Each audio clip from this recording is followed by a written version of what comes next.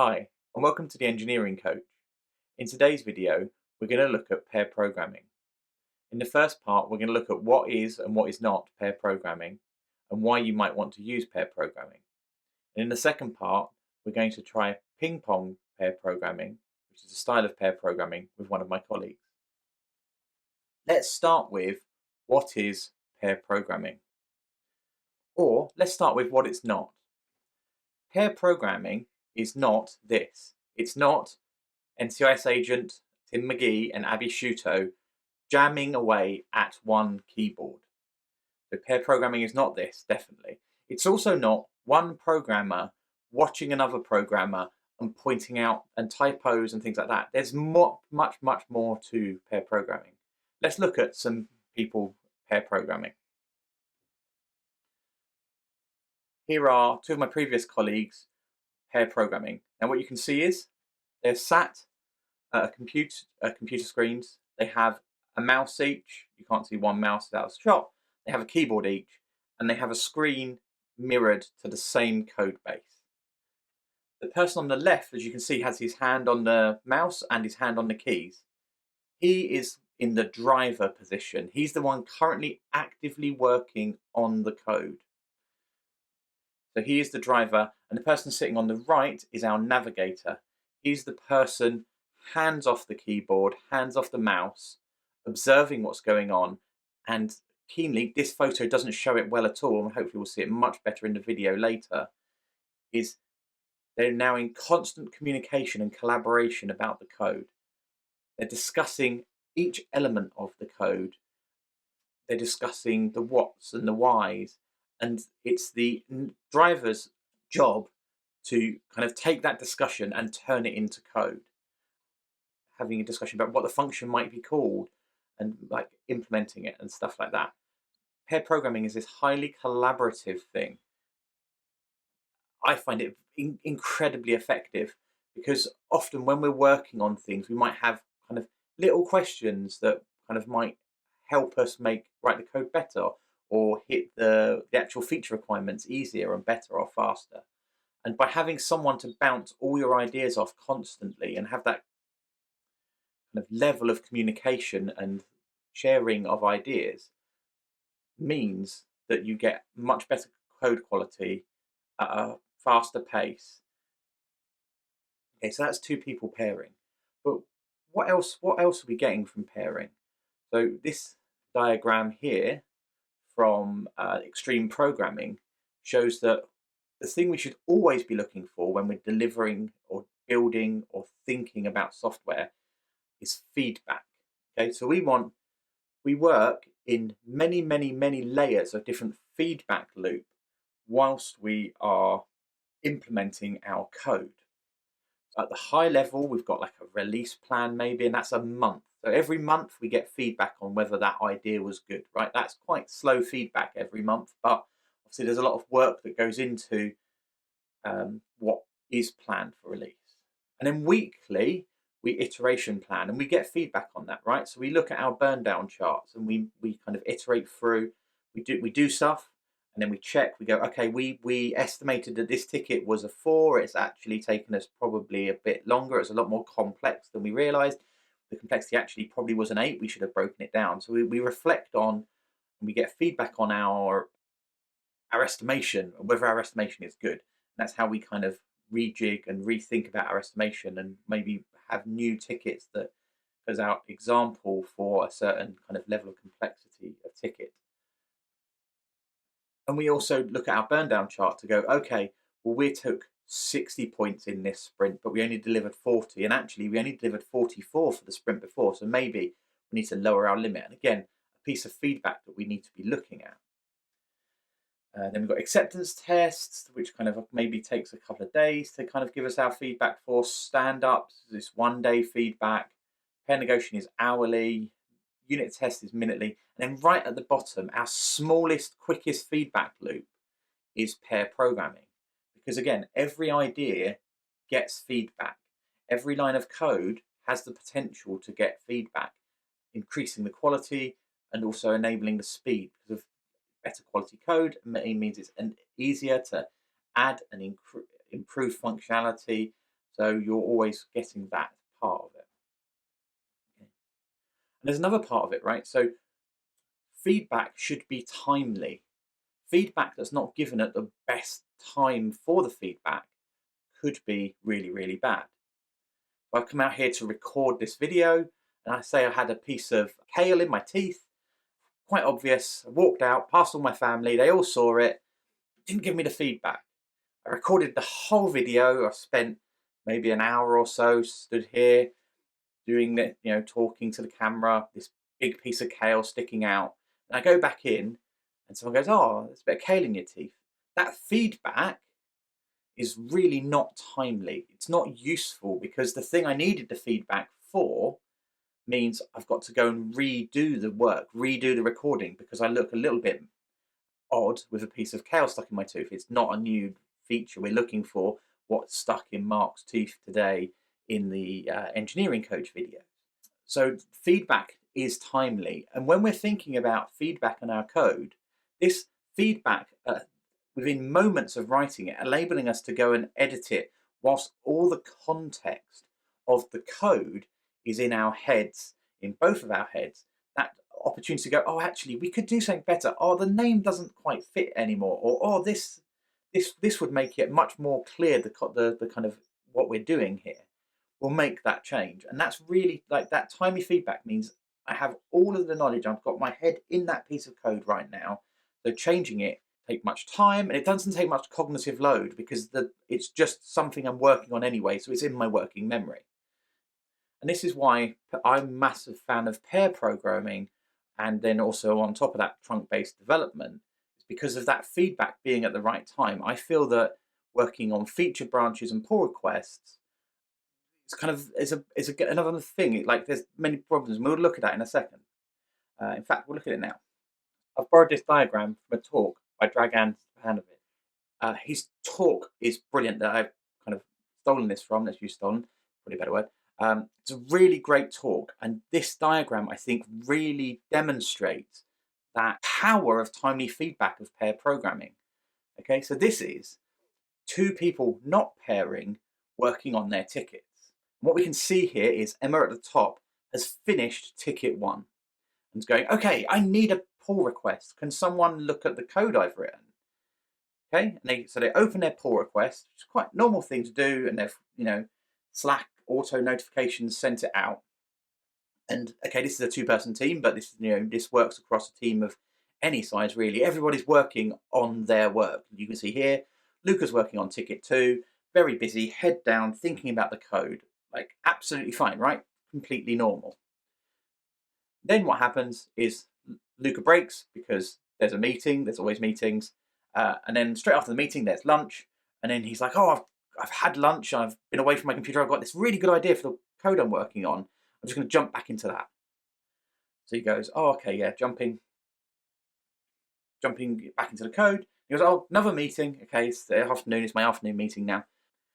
And then goes, "Oh, I've got a queue of pull requests to look at because there's some from yesterday, there's some from other colleagues. So I'll look at some other pull requests. Oh, now Emma's has got to the top. Okay, right, okay. Oh, this code's okay, but I think there's a change here. I think this would making some changes around this would really improve it." And he kind of replies, going, "Hey, there's a little change. There's a little comment on my pull request." Okay, and this kind of bouncing back, this asynchronous bouncing back of a single piece of work goes on, and as you can see here, goes on for days, right? This is common, right? Oh, it's not quite what I meant, and bouncing back and things like this. And this is why pull requests take so long. And it's a real problem with this kind of way of working, of not getting the feedback in time, right? Because not only is Emma then picking up another ticket, so when she gets back and she gets a comment and realizes there's a comment, the stuff that's in her working memory is the current ticket and not the ticket that she opened a pull request for maybe a day ago, hours ago, some time ago, right? So she's then got to go, okay, get herself back in the context of ticket 1, not ticket 3. And that feedback is not timely, right? This is like Luca telling her she has got a piece of kale stuck in her teeth days later. And it's just not really an efficient way to work. That's why we should pair program. And what we're going to do today is we're going to look at a probably a really good starting point in pair programming. We're going to continue with TDD. I know this is my first video not about TDD, but there's always probably going to be a bit of TDD because I like to chat about TDD. This channel used to be called Testing All the Things for a reason. So we're going to look at this. This is a way I started to pair programming. I was reintroduced, and I like to use it quite a lot when I'm practicing code kata with someone I don't know or with someone I do know. It's just a really good way of kind of working, and I do this regularly as well because I like it. It gives you really quick swapping between navigator and driver, which is really nice. It means everyone gets a really quick turn and gets a lot of hands-on code. So we're going to use that today, and it works really, really well with TDD because of this. So the way ping pong pairing works is developer one writes a test, runs a test, ensures the test fails as they expect it to fail, and then the driver hands the keyboard over to the navigator, and the navigator then implements just enough code within TDD to make the test pass, and then writes the second test, and then hands back to the original driver for that driver to take on implementing just enough code to make the test pass, writing another test, and then ping-ponging to and fro. And this is the cycle. And it means you get quite quick changes between driver and navigator, which is where two keyboards comes in really quickly because you're just jumping on and off the keyboard quite quickly. So that's the style of pair programming we're going to try today, and we're going to kind of demonstrate. And what you'll see is that pattern, but you'll also see us discussing the requirements a lot. Always discussing the requirements, discussing what's going to be next, what's the next easiest step, what's the next increment in the implementation we're doing. So that's the style of pair programming we're going to experiment with today. Now let's meet our guest Andrea and let's look at the code. Hello everyone, my name is Andrea Laforgia. I am a lead consulting engineer at Amakuni. I've been working for Amakuni for about 10 months now. I'm really excited to do this exercise with Mark. So, and I realised when I was setting stuff up this morning, ready for this record, I don't think we've actually paired on anything together since we've worked together. I don't think so. No, this is exciting. This is good. So it's quite nice. This is one of the things about working for a consultancy. You don't often get to kind of work with all of your colleagues very regularly. So it's quite nice. So I think you suggested we do the bowling game kata, which I like. I think we've probably both done it 101 times, so it's worth doing it 102nd time. Out of interest, and I didn't ask you this before, I've done this kind of in two ways. One, you can have kind of two functions where you've got a roll function where you pass in the number of pins you drop, and then you have a function that gets the score, or you have one function that gets the score and takes like a string representation of the. Which one do you fancy doing? The way I normally done it is by having the roll function. Cool, we'll do it that way later. So nice, that's fine. Cool, we'll do that. Okay, so we're going to do, as I've said in the introduction, we do ping pong pairing. We agreed off screen with a little argument that I'll write the first test, and then we'll kind of roll from there. And what we're going to do is we're going to show you kind of good ping pong pairing, good pairing techniques about like having really good discussion about what we're going to do. And we're also going to kind of highlight some of the things we are doing to kind of show you where our pairing technique kind of hits, where things might not be noticeable. So I'm going to start with the first test. So we're using Vitest. Have you used Vitest before? I don't think I have. Okay, cool. I mean, it's so syntactically, it's kind of takes like a RSpec look. So it's like test, and the AI obviously will structure a test for me really nicely because Andrea's been doing a lot of work with AI recently and was like, I just want to let AI write my code. And I was going to say, nope, we can do it as naturally as possible. Down. So yeah. So I suppose we need to do some setup, right? So we need like var game equals new. Let's call it game. Game from here. So I suppose let's take so how valid do we want to make it? Like, do you want me to? I was thinking about doing. So I suppose let's name my test really nice and clearly. I usually would start with a gutterball game, so like missing everything. So do you want me to do it nice and valid and roll 20 zeros? Well, yes, I would say let's start with a. Is that a valid game? Yes, because you can miss every. Yes, let's do just a stupid one where you basically really bad at playing. You've not been bowling with me yet. Well, maybe we need No, to do no, no. that. It's a personal you. Sorry. I don't mean- Gutterball game. So there we go. So then we've got game dot roll zero, and then I'm going to do this really dirty. 2, 3, 4, 5, Fine. 6, 7, 8, 9, 10, 11, 12, 13, 14, 15, 16, 17, 18, 19, 20. And then we're going to do expect. So we expect game dot score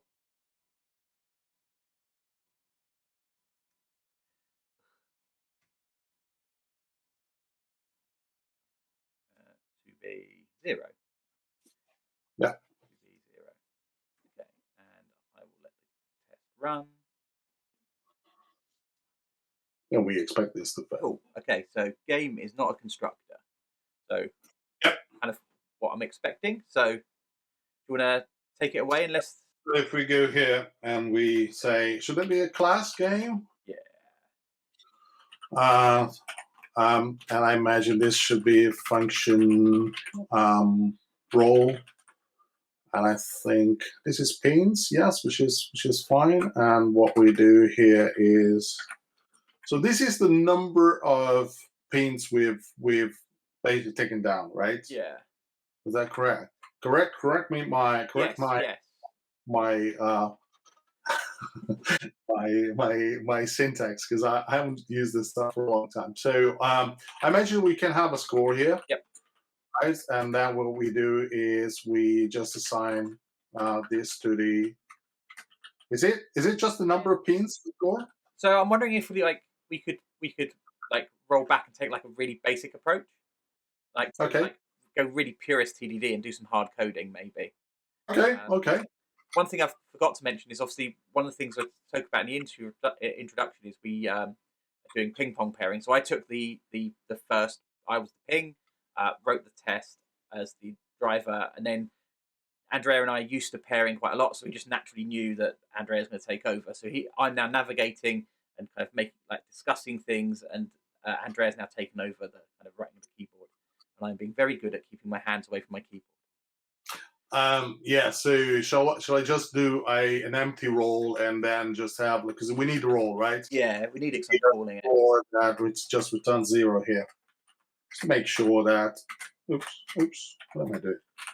Return 0. Is this wrong? The wrong thing? I'm getting orange for the functions as well. Unused. What? Let's see if remove unused function field. Oh, is it? All right. Don't need it. There you go. Yeah, just score. Okay. Cool. Let's see if this passes now. Can I just run it like this? Yeah, I can. Yep. Okay. A game is not a constructor. No. Should this be like, okay. No usages. Okay. Well, we importing the right one, yes. From bowling game. Because this says element is not, we need to export it, right? We need to export game. There we go. Or default game. Default game. Right. Okay.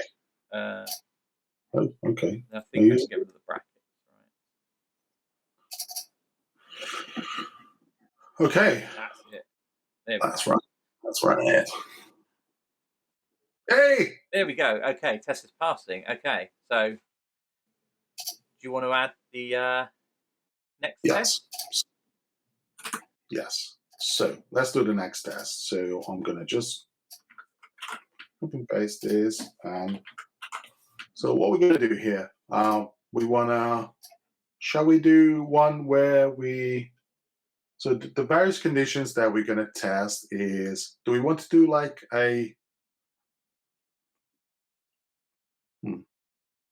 one where we just roll down. I mean, it's up to us really Yeah. whether we want to roll down one each for each of these, and then make sure that um, the score is the one we expect, or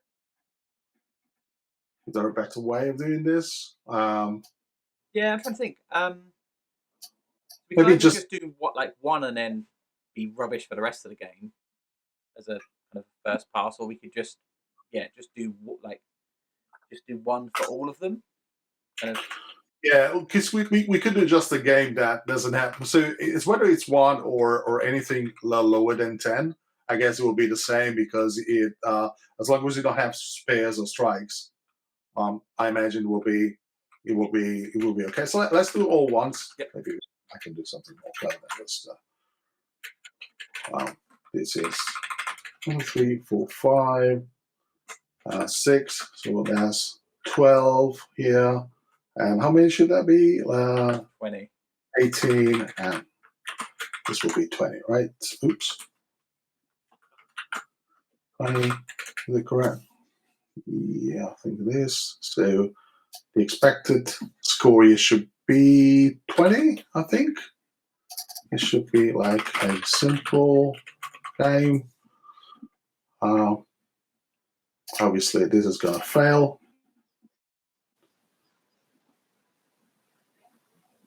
Okay. Does it fail how we expect? Expected 20 and I got 0. Okay.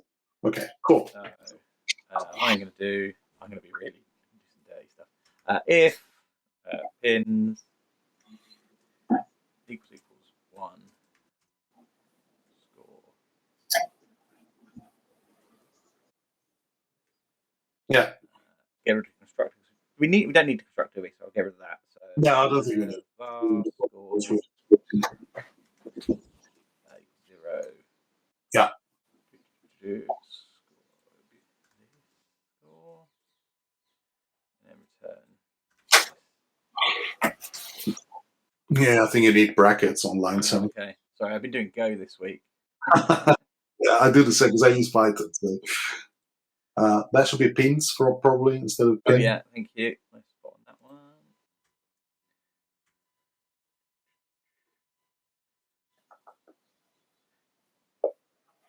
Oh,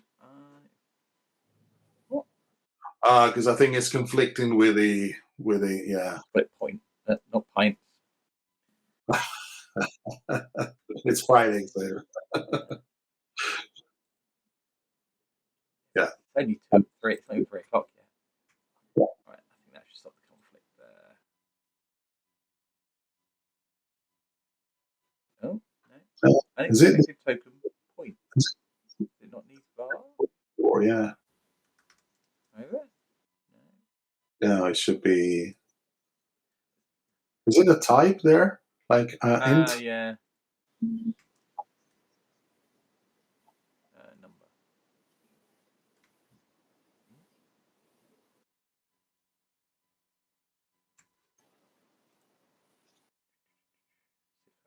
There we go. There we go. Okay.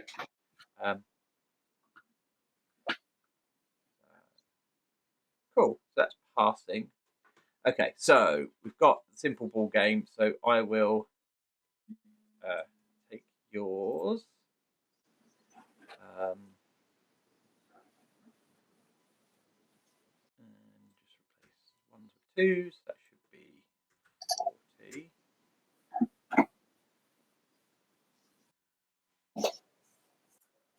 Okay, over to you. Okay. So this is 40. Okay. So here, basically, what we can do is, I guess now it's fine to just add. So to do something like this points plus pins like this to cover this case. Do you agree, Mark? Yeah, I think so. Yeah, at this point, it's I think it's probably fair to do something like this. Let's see what happens.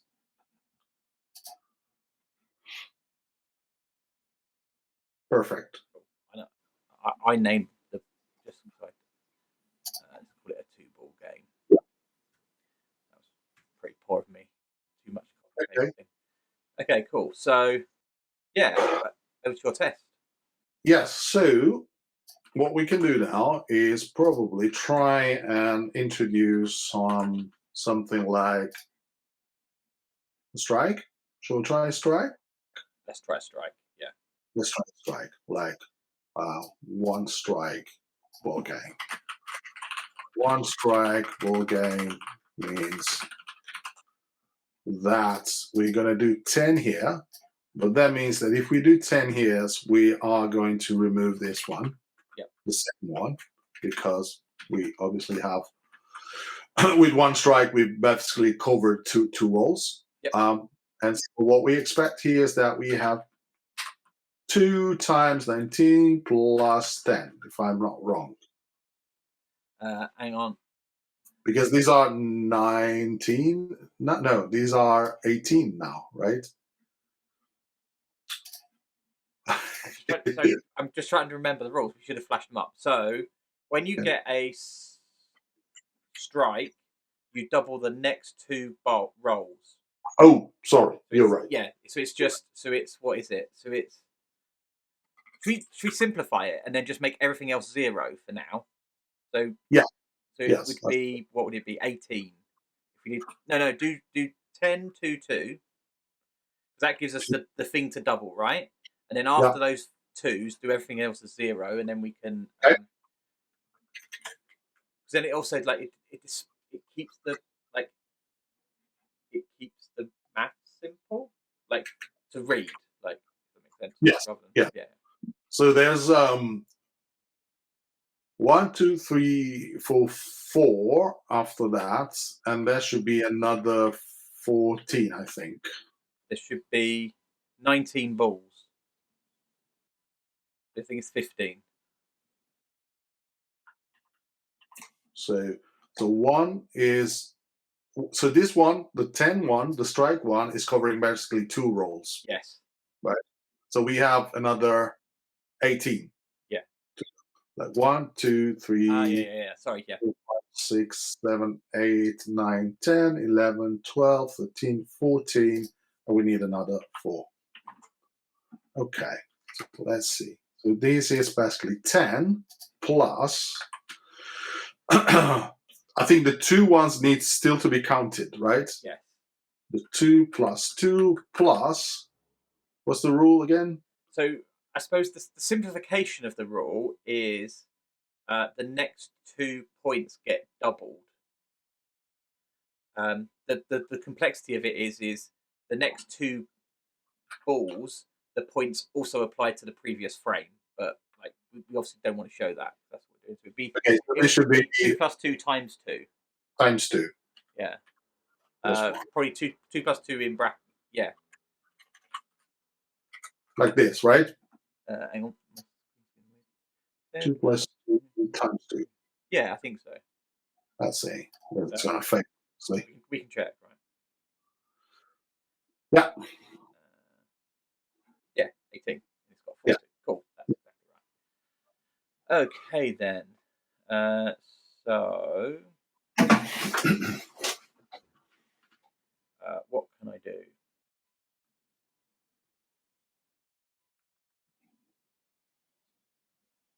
I need to do something, right? If a strike's occurred. So I'm gonna I'm gonna ignore the AI because it's trying to help me. But if pins equals 10, yeah, I want to do something like that. What? No. Weird rule. That's impossible. The AI doesn't know bowling. What? What? Bowling? Yeah, come on. So let's do. I'm gonna. Right. So I think this double count. Double count equals 0, and then we can do. So I've misspelled double. You basically need to look into the future, right? Yeah. This dot double count equals. No, just say it's 2, and then we do. So when you pins. Oh, hang on. No. Heck. Do this afterwards. Otherwise Yeah. I realised if I did it first, then I'd I'll double the 10. Next thing And then to do is we can double only if for the double count greater than 0, we'll just do that. And then double count, yeah. This double count minus. Okay. I'm letting the AI take over a little bit, just a little bit. I don't know if you get AI on your side of this kind of setup. I think there's a mistake in line 15. Should that be equals instead of I and 10? Because I and 10 Oh is. yeah, thank you. So that the AI wasn't wrong. It did know bowling. It was just it's being too clever. There we go. That should be equals. That's annoying. I used to PHP is the same, right? Triple equals PHP as well. Okay, I think that's right. Yeah, that's right. Yeah. Cool. Okay. Cool. Okay. So.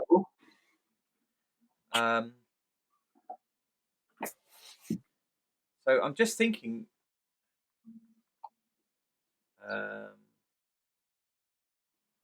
I think we could do another one like this, but maybe with something following the twos. Yeah, just to make sure we're not still doubling it. Oh, yeah. So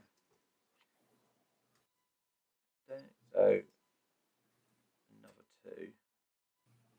That'd be 10 plus 2. I think this might pass.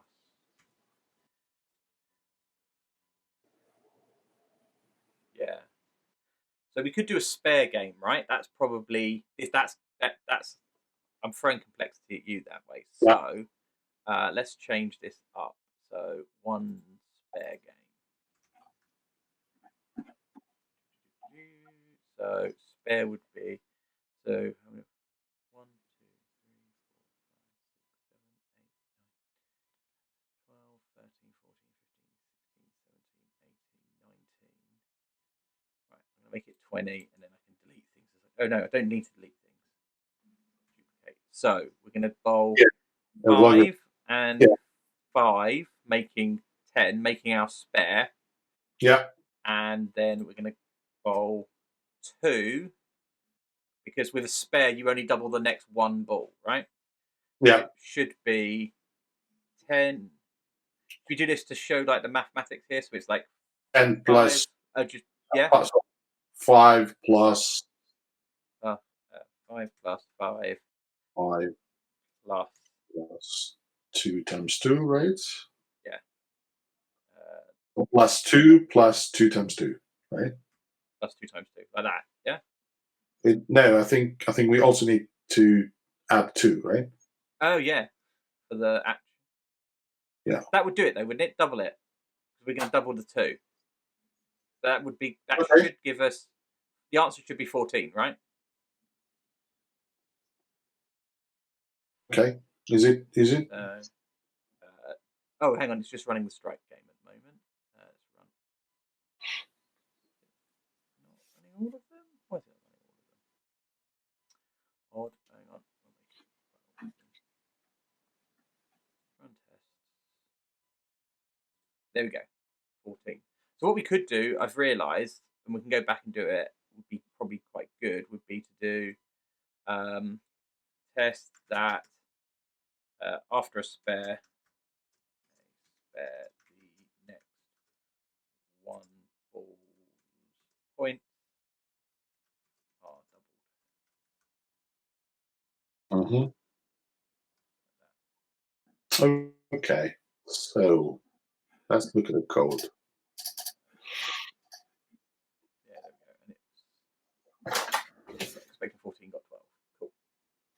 Good. Well, and that's because in the case of spare, we're not. Now it's getting a bit complicated because we need to consider basically what's happening. Yeah. So you could like track frames in some way. Yes, we could have because this concept. The idea is that a frame can be one or two roles, depending on whether you, so maximum two roles. That's clear, right? Yeah. Um, so Just remember, you know how you do a kata so often, you don't think about what you get. You forget about what you get to at the end, right? yes, And there's one clear thing I've just realised we're doing. Maybe this is the point, right? Because at the moment, right, roll is dealing with roll and scoring, and maybe what we should do is collect and then calculate. yes, I agree. So role is merely storing the role, the pins that have been taken Yeah, down. Then the score is actually in charge of calculating that, right? yeah, So there needs a bit of refactoring here. yeah. Where do we want to do that refactoring now? Because I don't think there is an easy way here in role to kind of consider, because here we did a bit of trickery with double count, Yes. but unless you store the actual frames. Yeah, I wonder we could.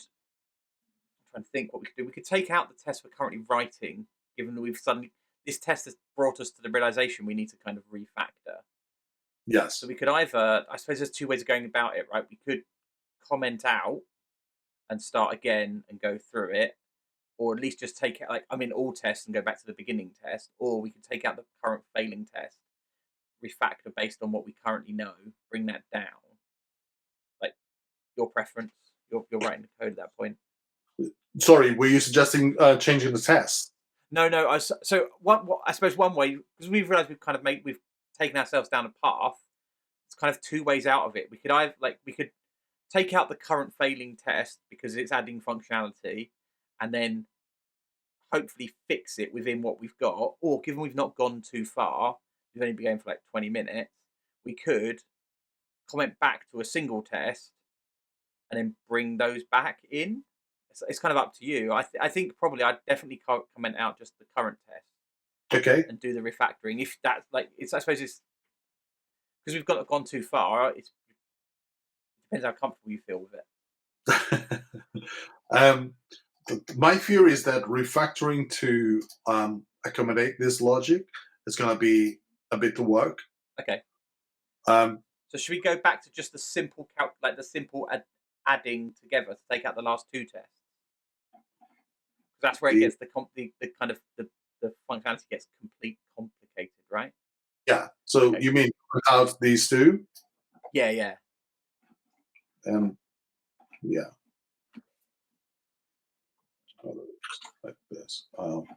And maybe focus on a simpler game. Maybe?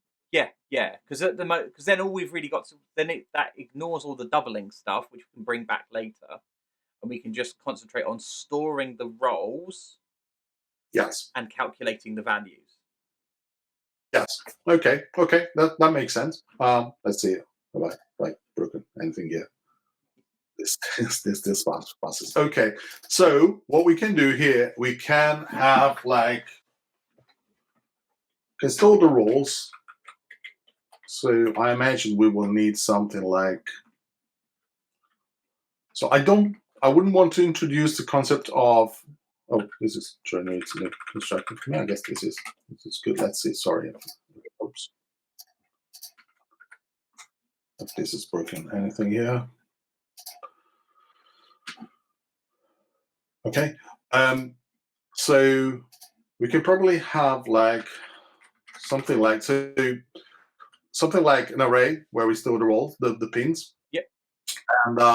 And all the role does is basically adding stuff to the array, and then in the score we put all the logic about how to calculate this stuff. Yeah, yeah. So Sounds good.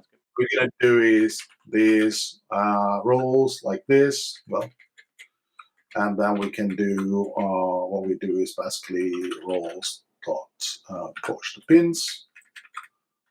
Let's do it clearly like this. Obviously, all this logic goes over here, and we put it here where we can still do this here. where We could just loop over pins, right? sorry? We could loop over roles as pins. Yes. Yes. So what we can do is let's do something. So these points can just be, this can be just local to this. Yep. And this can be points, points 0. And what we can do, let's loop okay, let's loop through the roles. And what we do is, it's basically this, but this points, pins, but then we have logic here. Well, we can say if the first you anymore, it's the local variable where you go too far. So line 17. Line 17. This goes away. It's just this. Oh yeah. Oh no, you needed the line, but you just needed not the this. Oh yes, sorry. Sorry. So we need still need to count the score. So so if this is 10, instead of double counting here, I was thinking because we have the rules, probably looping through this way is not ideal because we might want to skip when we get the. No, it's fine. It's fine. I guess it's fine.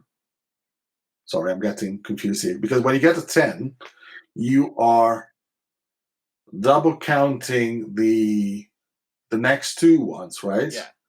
But are we still looping over them and counting them individually? We're not. So we need to. Yes. Yeah, you will do because of that. You'll get to line 17 again, won't you? So but is that the correct? We've currently got that test commented out. So why don't we just do this simple, make sure it works, and then we'll go and think about the strike. Yeah, you're right. Yeah. So you just count the pins. Yeah, and then return point. And then return point. I'm gonna comment this out because we have some logic here, and then return points, right? Again, then this on line 28. Okay. Right. Okay. That should be it. We set it to 0. Loop through this should be let. And okay. Pins. It doesn't have pins. This is rolls. This rolls. Right. And okay. That should be it. Let's see what happens. Cool. It passes. Yeah. So I think if you bring back the strike game. Yeah. Then we can get that working. The strike game is going to fail now.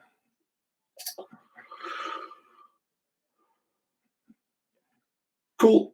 It's failing. So here what we can do is if we are here, so if this rolls I equals 10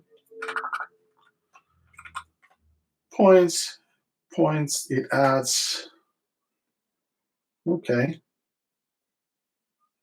Is this correct?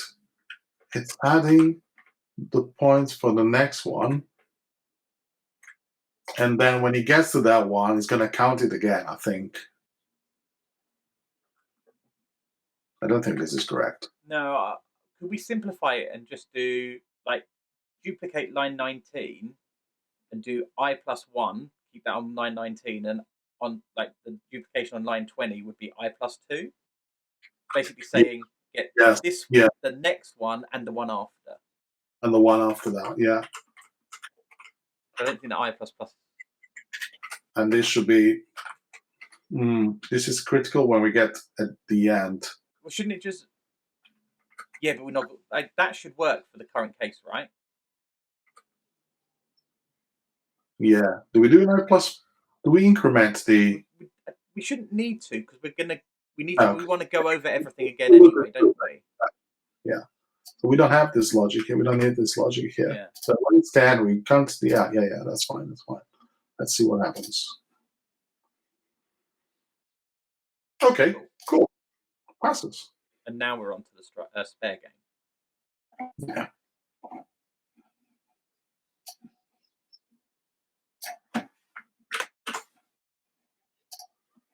Okay.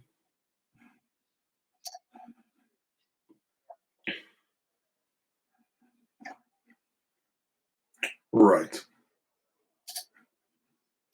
And now for the spare game, this is, I think this is else if this rolls I plus, this rolls I plus 1 equals 10. Then what we do is I think this is correct, isn't it? Would it need to be 2? Do you want the one, the ball beyond the spare occurring? So it would be, if you think of 5 plus 5. So you're right. We don't have just, because we have two rolls for the spare. Yeah, you're right.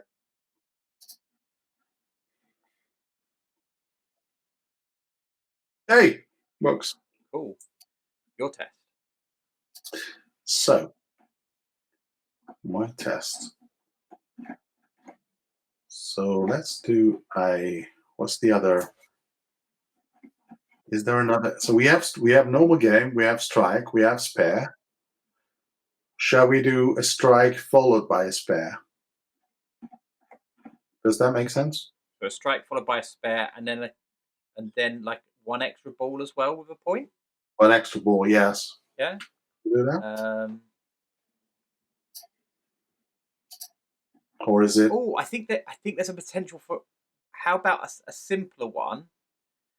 How about you do 0, 5, 5, 2? Because that's not a spare, right? Because 0, 5, 5, 2. Yes. 0 and so that's probably actually making sure you're within the frame. That's a big. So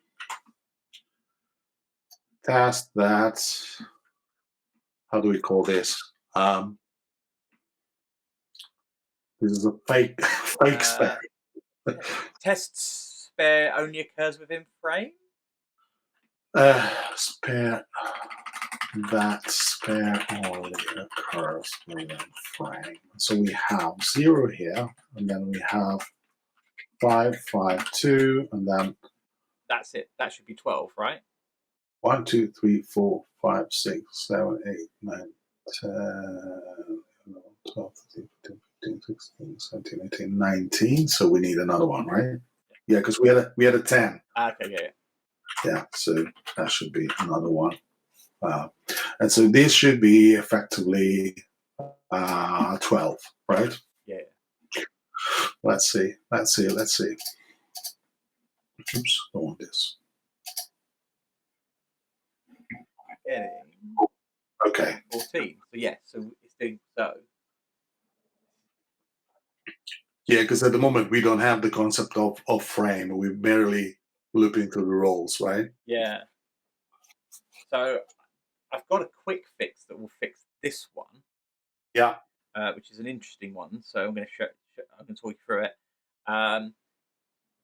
Basically, we could add an additional condition on the beginning of here, just basically checking that I is divisible. Like basically, I is even, right? So if we do like, you are effectively at the start of a frame. Yeah, I mod 2 equals 0, and that should pick it up, right? Yeah. Okay. So now it's kind of, we need to add some complexity to it. So I'm thinking the next test, we need to obviously remove that opportunity for that to be the case. So if we have a strike in our game, so copy this down, right? So I'm going to make this again. I'm going to try and keep the maths as straightforward as possible. So this is 20, right? So start with a strike, and then 2 empty. So the next frame completely missed, so we don't have to deal with doubling the strike. Then the next, so that means 1 goes away, right? Because we've got a strike. Yeah. So that means we should have 19 at the end. Yeah. So hang on. So I'm going to do it like this. Hang on. Frame. Yeah. Frame.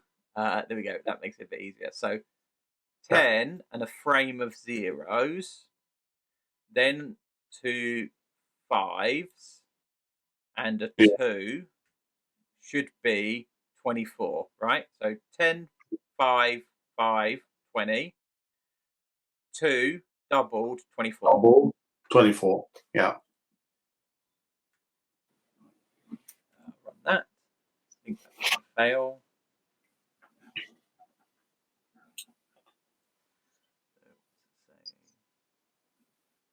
Yeah. So now my mod 2 doesn't work. Right. Of course. Yes. So.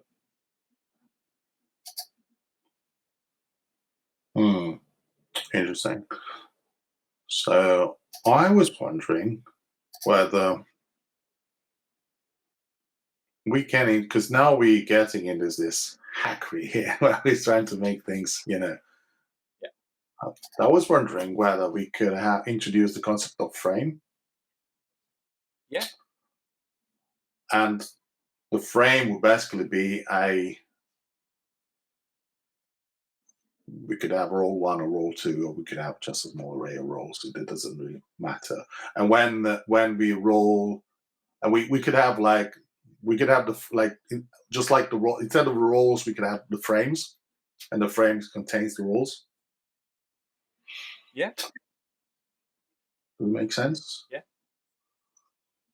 So you're thinking about putting a bit of logic into. So the frame will contain the roles, and it can be 1 or 2. It will be 1 when it's a strike, and it will be 2 in any other situation. Yeah. And when we calculate the score, we apply the same logic, only instead of looking at the roles, we look at the frames. And we get the score from the frame, basically, if we're looking at the roles. So I imagine we could have like a small class frame here, which contains that's the constructor, and let's put those roles. So we move basically the logic around roles here. Yep. And we, instead of having the roles here, we have the frames.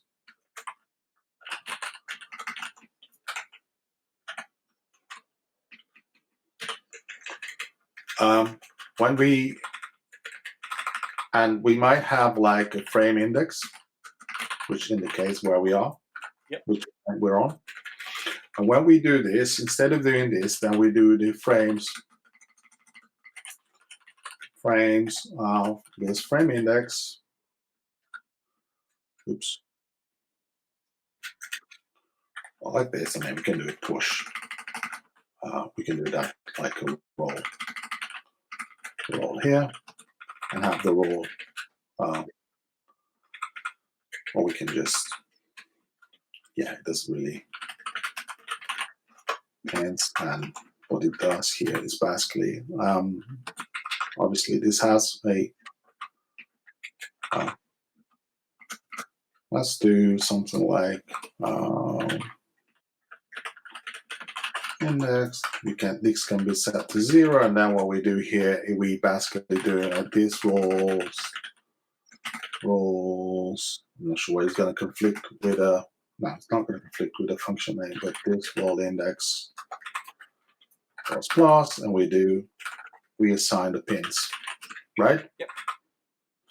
And what we do here is basically we delegate in the role to the role for the frame. And what we do here, instead of looping through the roles, we loop through the frames. Something wrong here. Is it wrong? Frame index.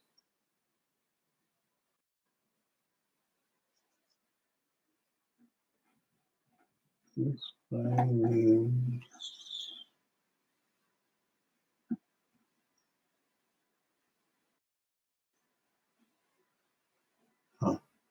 okay. Oh, does this need to be a? Does it? I suppose it.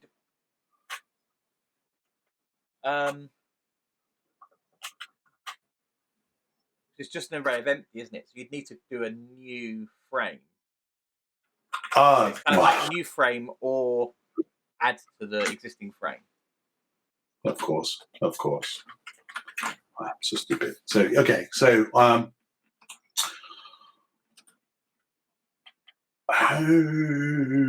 so I imagine that here, if we do have a frame on the existing index, right? Yeah. Frame index, then what we can do, we do something like this. Oops. Else we do these frames. Oops. New frame, and what we can do, we can. Oh, I'm gone. We can do this, obviously. Yeah. And then we can do this at the end. Okay, that makes sense. So here, what we do, and obviously when we do this, we need to,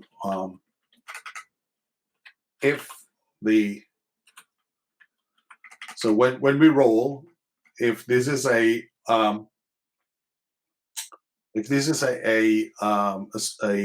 strike, yeah, then obviously the framing. So obviously we need to manage the framing index progression here. Yeah.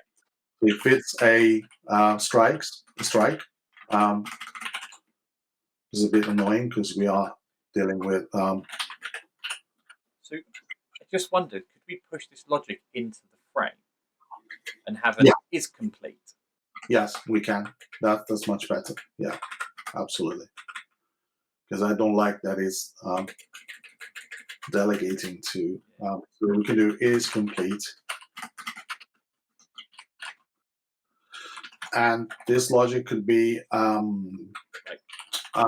it's either rolls 0 equals 10 equals 10, or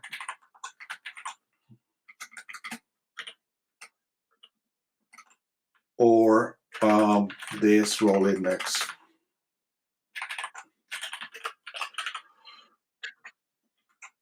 equals 1. Yeah. So okay. So what we can do here is that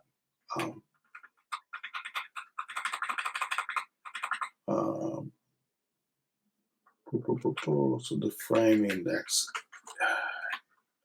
if this frame index, so frame, it's a bit annoying that I have to do this.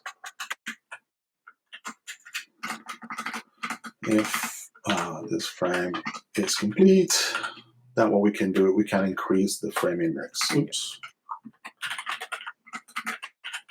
Frame index plus. Yes.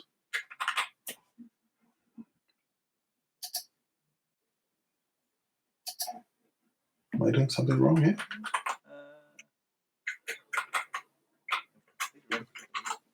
It could be catching up. Keep going. Okay. So here we look through the frames, and this is going to be simpler now because what we do is the points is. Should we go for the simple? Get the simple working first. Just do like the summing up of frames, and then do the doubling afterwards.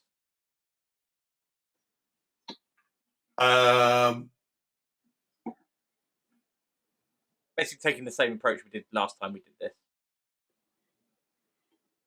Okay, so that means that we look at the points is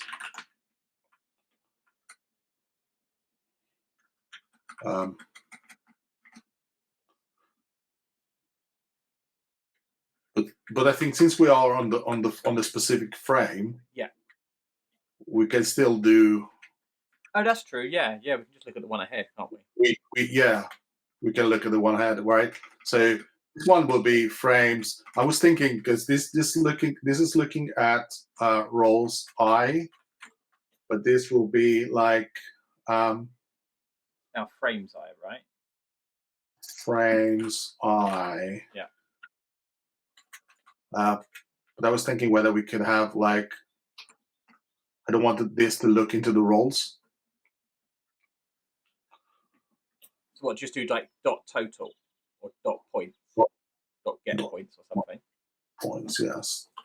Points. And so this goes with return.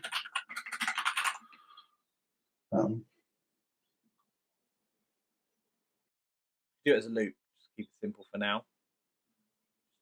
Loop over roles in here. Well, just 2, right? Huh? Maximum of 2 for a frame. Yeah. So 3 rolls 0. Oops. Rolls 0 plus this rolls 1, right? Does it make sense? Yeah, I just wonder, will it not explode when you've only got a single roll? Your access, like if you've got a strike. This is, yeah. You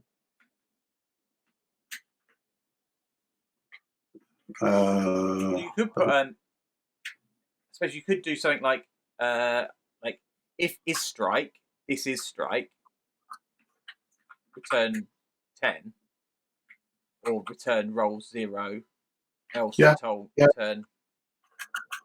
and create like a little is strike function. Or don't even, maybe don't create the function. Yeah. Then, yeah. Roll 0 equals 10, then return. Oops. What the hell is happening? My keyboard. Got missing a bracket before the if. I think that might have been the bit that broke it all. You got. It doesn't push the code yet.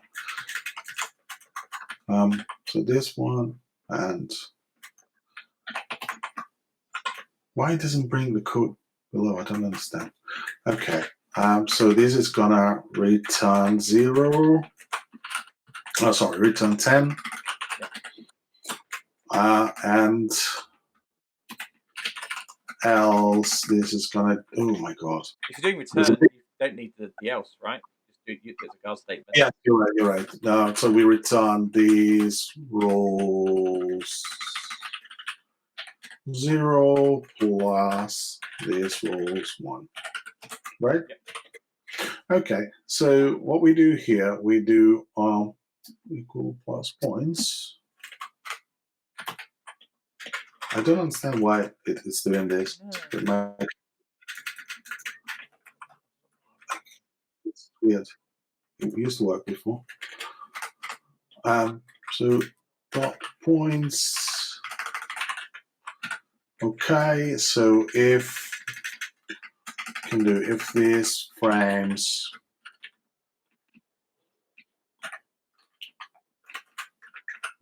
I don't like calling points again, but let's see, is 10, then what we can do is this is looking at the points for the next frame. So this frames I plus 1 dot points. That's covering the spare, right? This is the strike.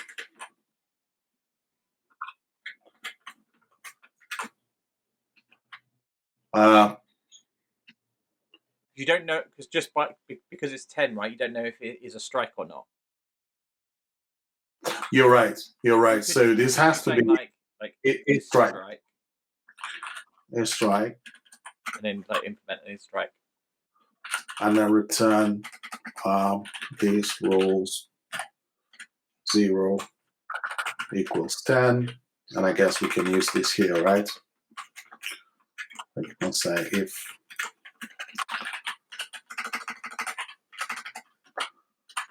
is strike, right? Yeah. So if this is strike, and then is this correct behavior? So if it's a strike, we add Yes, we or basically doubling the next frame. the next frame, yes. And if it's this is a spare, right? Yeah. This is the connection for a spare. So if this frame is spare, and let me add the is spare here, is spare, which is basically return is rules.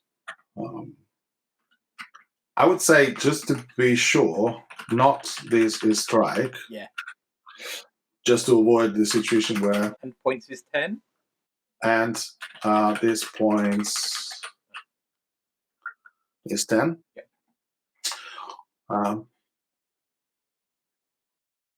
Okay. So in this case, what we do, we do the spare is summing only the first roll of the next frame. Yeah.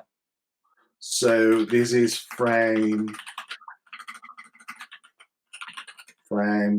I plus 1, and I would probably do a first roll because I don't want this logic to be involved in the internals of the frame. I think that's good. So I would say first roll, and I would go with return base rolls 0. It's a lot of logic there, but it should be all right. Let's see. Let's run the test. Always the litmus test. Okay. Oh, okay. So not a number. And not a number. Okay, so we definitely doing something wrong with the. I'm sorry. Yeah. So spare occurs. It's only on spare. Not first. Check the first roll. First roll.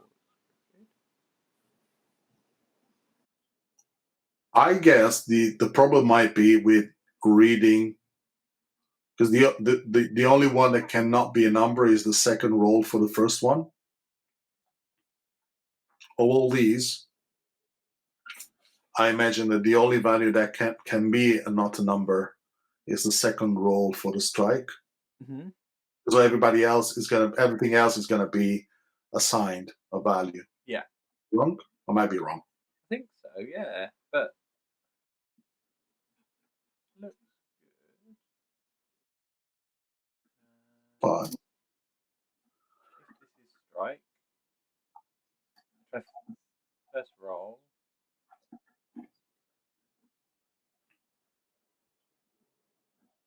when you strike, it lists the second roll. So just checking. So not a number. It's we're definitely doing some operation. Maybe this plus, or because these are the indices are all initialized. So these are numbers. The only thing that could fail is either this one, first roll, or points. Anything that is involved in operations. But if this strike return 10, it's there. Oh, hang on. Is this no? This is fine.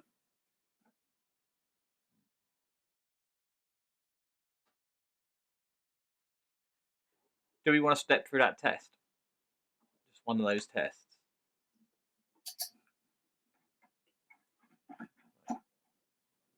Oh, we have two tests named the same way. Oh, do we? Oh, That yeah. was bad of us. Okay, let's fix that first. We know which. Yeah, so test spare only occurs within the frame. Yeah. And then this one is.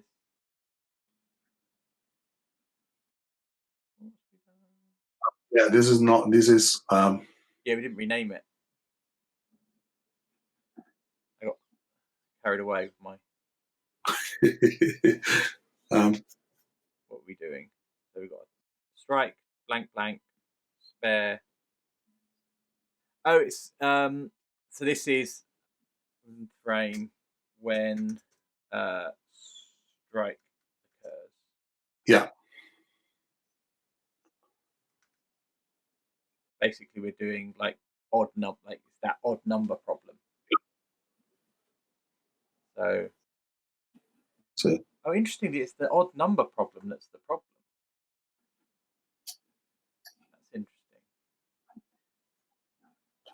Okay, so everybody else passes. It's just this one that failed, which is this one. Which is it's kind of the problem we were trying to solve, right? We've kind of broken the problem we were trying to solve. By using the frames, yes. Yeah. So when we roll a 0 here, yeah. Obviously we don't have this one, so we're gonna roll. And when we roll, we're gonna assign this. Yeah.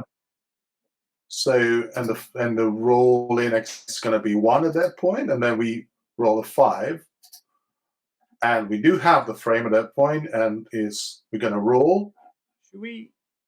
Just wondering if we step debug like the first test and just make sure it looks how we expect it to look, like because we should be able to see an array of the frames array should contain the first frame being 0, 5, the second frame being 5, 2, and then check that that's what we see. Shall we do that? Yeah, hang on, I'll just run that test. Don't know if you'll get to see that. Let me have a look.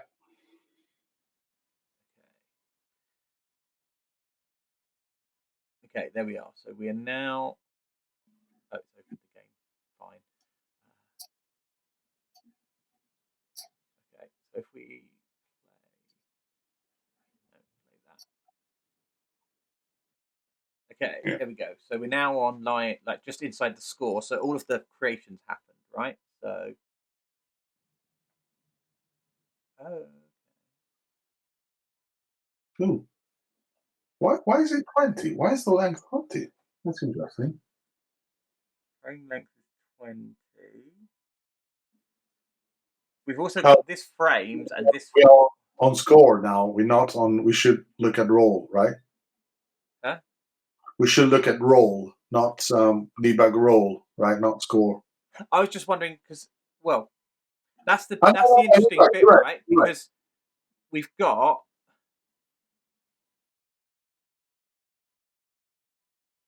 What? Local block. Hang on. Points equals that. So this dot frames. This dot frames. There we go. Right. Okay. That's it. Oh, there we go. That's it now. Right. So it's an array of 1.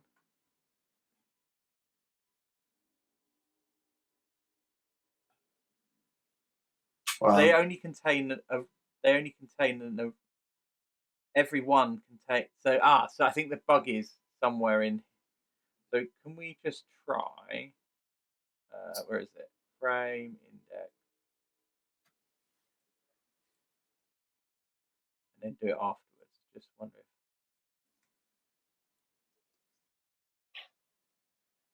if. Yeah, but it should be the same, really. But, should be. Yeah. Okay, run that.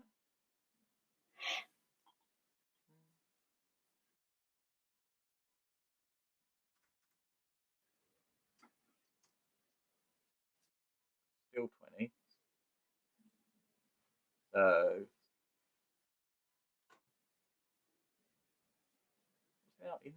Yeah, I think 20 is fine because we roll, right? So we roll 20 times. But we should have So 10 frames, right? 10 frames. No, why Yeah, 20? yeah. So the bug is it what's the is complete function then?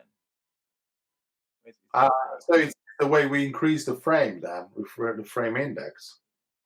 Yeah, maybe. Hang on, let's have a look. So split this out. Read if not if there's not a frame at the frame index, Hmm. then create a frame. That seems fine. And then we add the pins, and then Yeah. if the frame at the frame index is complete, we increment the. So what's is complete do? So if rolls 0 equals.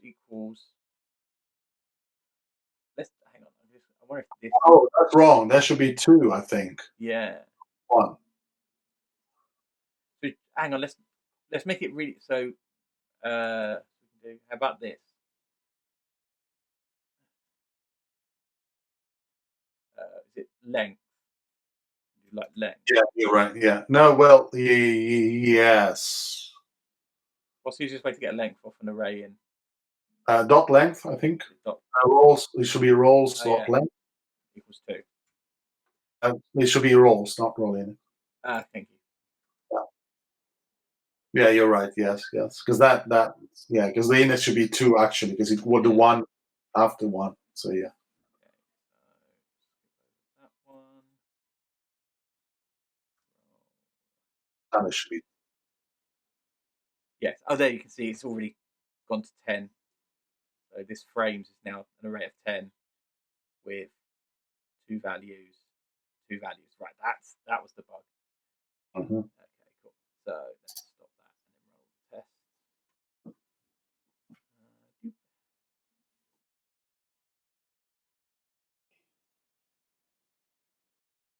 Okay, now we're back to where we should be. Awesome. Good, good. Okay. Your test? I do have 2 windows now open. Oops. Do you still see me? I can still see you. Yes. Okay. I don't know why I do have 2 Code with me opens. Okay. My test now. Yep. Okay. So. Okay. So what have we done? Pair occurs within frames. Pair only occurs within frame when strike occurs. Okay. Shall we do a? I'm wondering what happens when these things happen at the end of the game. Yeah, that was going to be my suggestion. Do we want to do like that, the perfect end, right? Where you on your last frame you get a strike, so you get 2 more balls, and you Yes. get two more strikes. Yes. So what we can do is, so when you have a strike on the um, 9th, so you can have a strike either on the 19th roll or on the 20th roll. So, well, okay. Let me think this through. If you have a complete guttable game, and then on the last frame you get a strike, you Yeah. would have 18 zeros and a 10, and then I suppose to test this, you would then have 2 more 10s, and that's like the perfect end to the game, right? You get a strike, and with your 2 balls to resolve the strike, you get 2 more strikes. Yeah, because the two more rolls that you have, it doesn't really matter whether they're strikes or spares. They just count for what they are. But Right? if they're strikes, or if they appear to be strikes, though they're not, they're just there to resolve the strike, then this will currently treat them as a strike, and we should get an index out of bounds problem. Okay, so 1, 2, 3, 4, 5, 6, 7, 8, 9, 10. 10 frames. That strikes.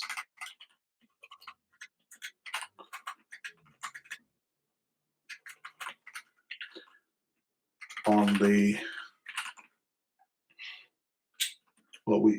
Shall we test the last one, or this one maybe? I would do so I think the easiest thing to understand would be a strike on the last frame. Okay. So yeah, Shall we the last roll? yeah. Well, that would be a spare, not a strike. Oh, So, that would be fair, right? You're right. yeah. But what you want to do, right, is because what we're resolving is it going index out of bounds. You want to do 2 more 10s afterwards. Let's do this one and this one. Yeah. This is the last frame. Yeah. And then we have 2 more. Yeah. And what we expect here is that this should be 10 plus. That should be 10 plus 10. So it should be 30. 30, right? Yeah. Strike on the last frame. Yeah. The last frame. Past that. Strike on the last frame. And 2 strikes when resolving. And 2. I don't know what the language is. So, like, this is where my domain-driven design bit falls down, right? I don't know what I think it's resolve, but I mean that's strike on the last frame, and only 2 strikes. I don't know how to frame this. No. This is where you need to Google it, right? Because it's that. We need our bowling subject matter expert in the room. Produce the right score. Yeah. Let's do it this way. Okay. So are we okay with this? Yes. Let's see. I think so. Run. There's going to be an index out of bound. Okay. Reading points. Yeah, I guess this is because it's not available. Yeah. Okay. So what I'm going to suggest, good pairing etiquette. We've been going for about an hour, and really? Okay. Yeah. So 2 things actually probably worth noting to people watching this. One, very easy to lose track of time when you're pairing because there's the kind of unintentional but kind of peer pressure of just continuing and just being really involved. You get much more involved in the code and the problem and you think space. So it's very worth being aware of that. Generally, I use a timer or an alarm clock or something when I'm pairing so that we take regular breaks. It's a much more intensive thing, and you need to be much more aware of taking breaks because otherwise you'll just get to lunchtime or the end of the day and go, oh, I haven't seen the sun or the clouds. It's kind of October in London, but so because of that kind of the intensity of the work, it's very, very important to make sure you're taking breaks.